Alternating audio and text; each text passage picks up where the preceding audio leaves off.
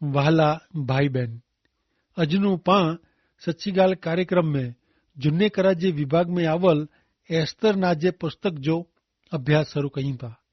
एस्तर जो पुस्तक नेहमिया जे पुस्तक पोइ अचे थो। एस्तर जे पुस्तक जो लेखक मोर्दखाय हुई सके। एस्तर जो पुस्तक तंहिंजो 9मों अध्याय ने 21वीं कलम में पांखे जाणे ला मिले थो क पुरीम विषे ही बियो पत्र मंजूर थिए तंहिंला अबीहाइल जी छोकरी एस्तर राणी ने यहूदी मोर्दखाय पूरे अधिकार से लिखे।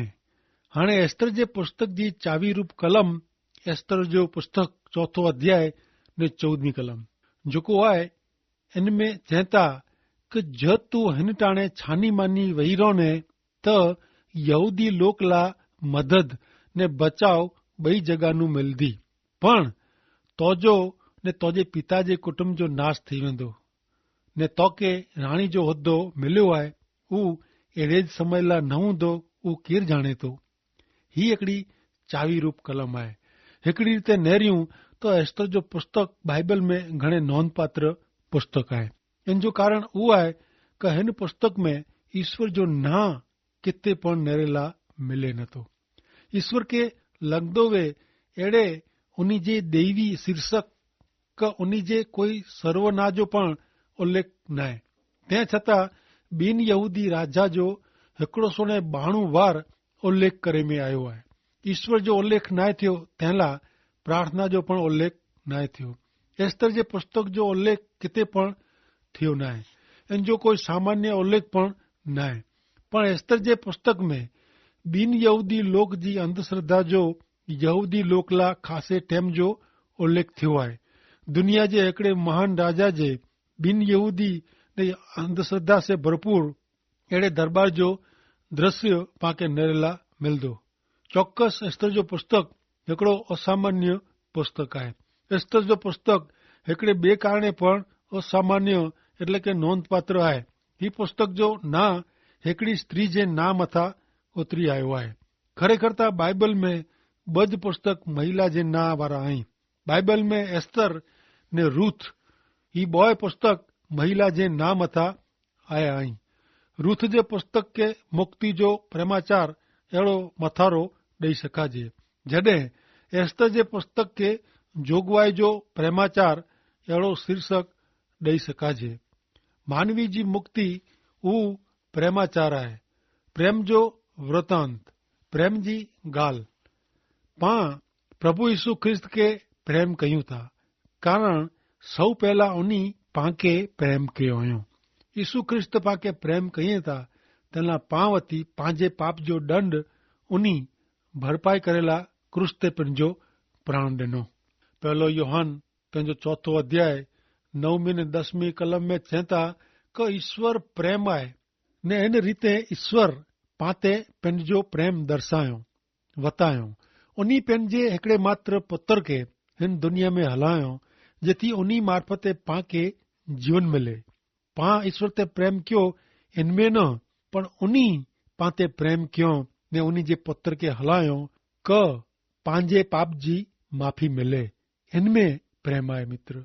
ऐं अगाऊ चयो आहे तीअं एस्तर जो पुस्तक जोगवाई जो प्रेम प्रकरण आहे।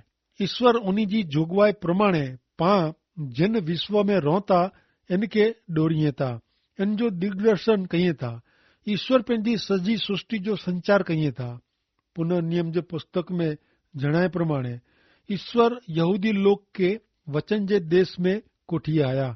तंहिं अगाऊ ईश्वर यहूदी लोक ला उन्ही जे इतिहास जो चित्र ॾेई ॾिनो हो। ईश्वर अगाऊ नू यहूदी लोक के बाबिल जी उन्ही जी गुलामी विषे रोमन लोक यहूदी शहर जा नाश कईंदा इन विषय ने गुलामी विषे जणायो हो ने ईश्वर चयो हो कि बिल्कुल इन प्रमाणे ज थियो। पण पुनर्नियम में यहूदी लोक ला ईश्वर चए था कि पुनर्नियम जो पुस्तक तंहिंजो 31मों अध्याय ने 18वीं कलम में चए था कि उन्ही अन्य देव पुठिया विनी ने जेको बूंढो क्यों हूनो इनसे आऊं जरूर मुझो मोह उन डी लिकाईंदो। एस्तर जे पुस्तक में ईश्वर जाने पिन जो मोह यहूदी लोक नू छुपायो आयो अहिड़ो लॻे, पण ईश्वर छुपाईने लिकाईने पण पंहिंजे लोक जी चौकी कई था। एस्तर जो पुस्तक ईश्वर जी इच्छा जे केंद्र मथा ॿाहिरां निकिरी वियो आहे। इन लोक जो वृतांत ॾे थो, एतिरे इन विषय ॻाल्हि करे थो। हाणे 70 वरे जी गुलामी पोइ कोरेस राजा यहूदी लोक खे पंहिंजे वतन में पाछा फेरे जी रजा ॾिनो। तॾहिं मेड़े यहूदी लोक वतन में पाछा फेरिया न। मात्र 60,000 करता पण ओछा लोक वतन में पाछा फेरिया। एजरा ने नेहमिया जे पुस्तक में ने हगाए ने जखारिया पुस्तक में उन जी ॻाल्हि जणे में आवई आहे। पण वॾे भाग जा यहूदी लोक जेको वतन में पाछा फेरिया न, उन्ही जो करो जबकि अॼु इजराइल राष्ट्र जी उज हालत आहे। मात्र 20 लख करता वधु लोक इजराइल में पाछा फेरिया आहिनि।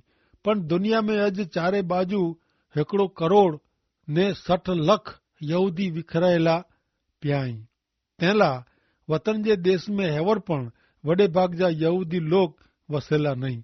कोरेस राजा वटोकम ॿार पाड़े तंहिं छतां वॾे भाग जा यहूदी लोक बाबिल में जा वतन में पाछा फेरिया न हुआ। उन्ही खे वतन में पाछो फिरणो खपियो थे। ईश्वर उन्ही खे तंहिं लाइ आज्ञा ॾिनो हो हू पां नेरियूं त बाबिल में रहियल यहूदी लोक ईश्वर जी इच्छा जे केंद्र में जा ॿाहिरां निकिरी विया आहिनि। सवाल उहो आहे त पां वटि हिन लोक जी माहिती आहे? हा आहे, ने उहा माहिती एस्तर जे पुस्तक में ॾिनी में आवई आहे। हिन कलम में एस्तर जो पुस्तक घणे महत्व जो पुस्तक बनी वञे थो। हिन पुस्तक में ईश्वर पांखे नई रीते नेरेला मिले था। जेकी ही लोग ईश्वर जी इच्छा में रहिया नहीं, तंहिं छतां ईश्वर उन्ही खे मार्गदर्शन ने ॾोरवणी ॾिए था। किन रीते? ईश्वर जी जोगवाई से। खरेखर ईश्वर जी जोगवाई उहो कुरो आहे जेको महान दैवी सिद्धांत पां वटि आहे। उहो बाइबल जा झूने करार जे पुस्तक में सिखाए में आया आहिनि। निर्गमन जे पुस्तक में उद्धार जो चित्र ॾिने में आयो आहे। रूत जे पुस्तक में उद्धार जे प्रेम जो पासो जणाए में आयो आहे। अयूब जो पुस्तक पछतावो सिखाए थो। यूना जे पुस्तक में पुनरुत्थान एतिरे का मरण में जा सजीवन थे जो सिद्धांत सिखाए में आयो आहे। ई ख्रिस्तित्व जा महान सिद्धांत झूने करार जे अमुक पुस्तक में सिखाए में आया आहिनि। एस्तर जो पुस्तक ईश्वर जी जोगवाई जो चित्र रजू करे थो।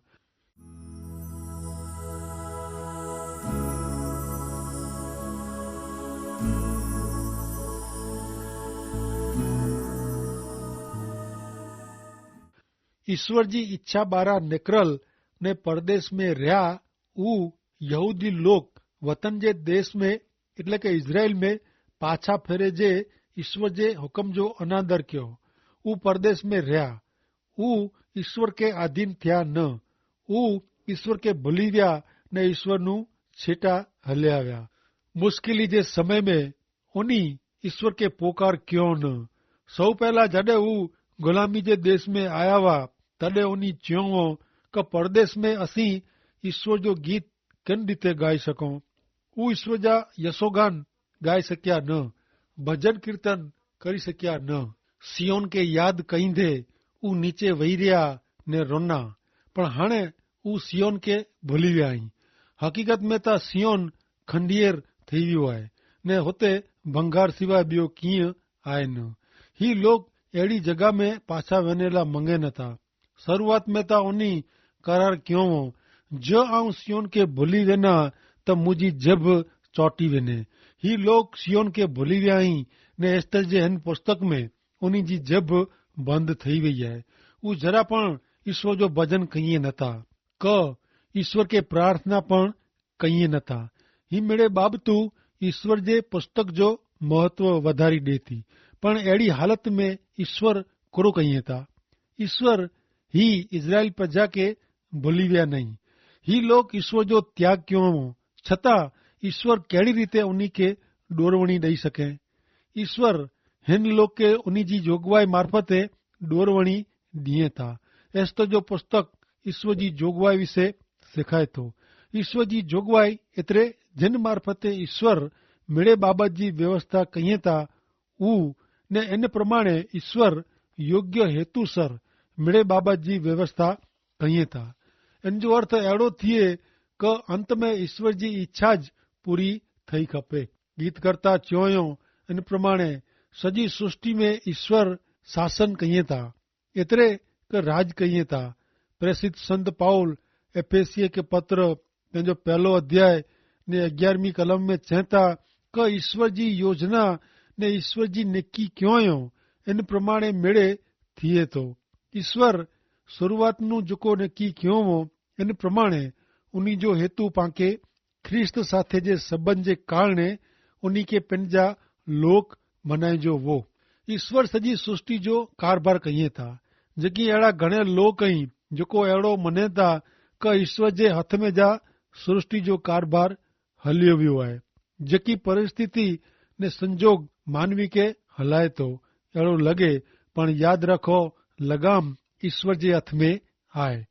भौतिक विश्व ने ख़ासि करे मानवी जे संबंध में ईश्वर जी व्यवस्था के बरोबर समझेला पांखे 3 शब्द ध्यान में रखे जी जरूर आहे।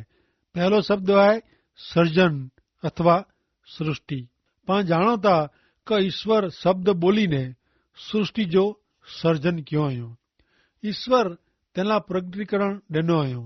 प्रगटीकरण એટલે प्रगट करणो। पाण विश्वास से मनी सको था क ईश्वर सॼी सृष्टि जो सर्जन क्यों आयो। ही ईश्वर मार्फते प्रगट करे में आवल सत्य है। बाइबल जा ईश्वर जा वचन वांचे से सुणे से पंहिंजे हृदय में ईश्वर ते विश्वास उत्पन्न थिए थो। हाणे ॿियो शब्द आहे साचवणो, संभारी रखणो। ही हिकिड़ो जबरदस्त शब्द आहे। ईश्वर साचवीए था, तंहिंसे विश्व टिकी रहियो आहे।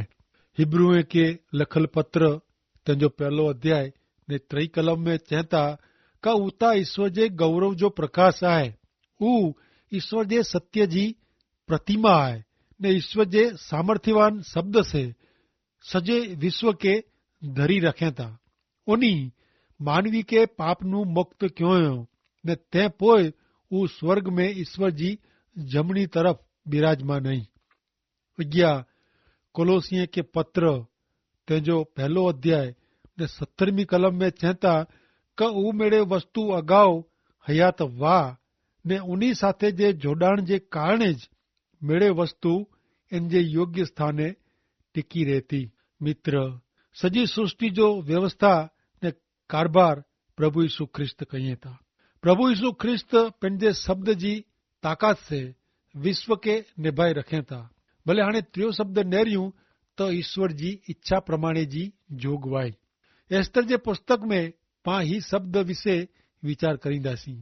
ईश्वर जी जोगवाई एतिरे ईश्वर जिन रीते सृष्टि जी व्यवस्था ने कारभार करी रहिया आहिनि, ईश्वर पंहिंजी जोगवाई से सृष्टि के आवतीकाल तरफ भविष्य तरफ डोरी रहिया आहिनि।